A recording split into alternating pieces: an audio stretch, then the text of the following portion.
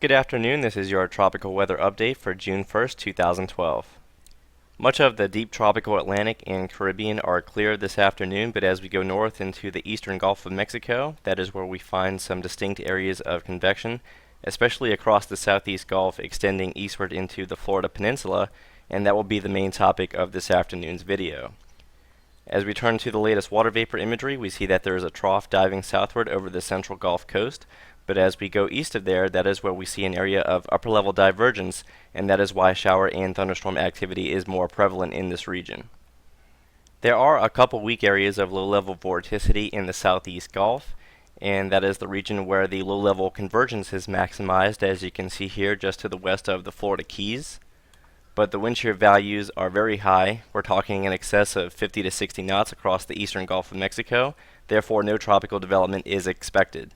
In terms of the heavy rainfall threat, the National Weather Service has issued a flood watch for South Florida, and the HPC is forecasting in excess of 4 inches of rainfall across the region. The 2 p.m. local time radar animation shows that much of the Sunshine State is experiencing isolated to occasionally heavy rainfall, with another heavy round moving into the Florida Keys over the next 1 to 2 hours.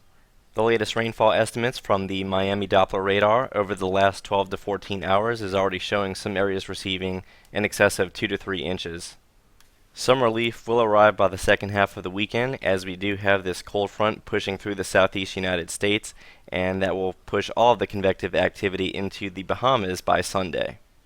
There are some timing issues between the different forecast models, but the NAM forecast model, which is the model we're currently viewing, shows the front continuing to push more toward the southeast, and here we are by 24 hours, so this is tomorrow morning. The front is now making its way through the Florida Panhandle, and by Sunday the rain will definitely clear out of South Florida. And finally, the latest 500 millibar forecast from the GFS model over the next 7 to 8 days shows a persistent trough lingering across the eastern United States, which should continue to usher in a lot of wind shear across the Gulf of Mexico, Caribbean Sea, and West Atlantic. Therefore, no development is anticipated in the tropics over the next several days, and it's also keeping much of the eastern Pacific fairly quiet. So that is all we have for this first day of hurricane season 2012. Keep it tuned to 28storms.com and the Hurricane Tracker app throughout the remainder of hurricane season.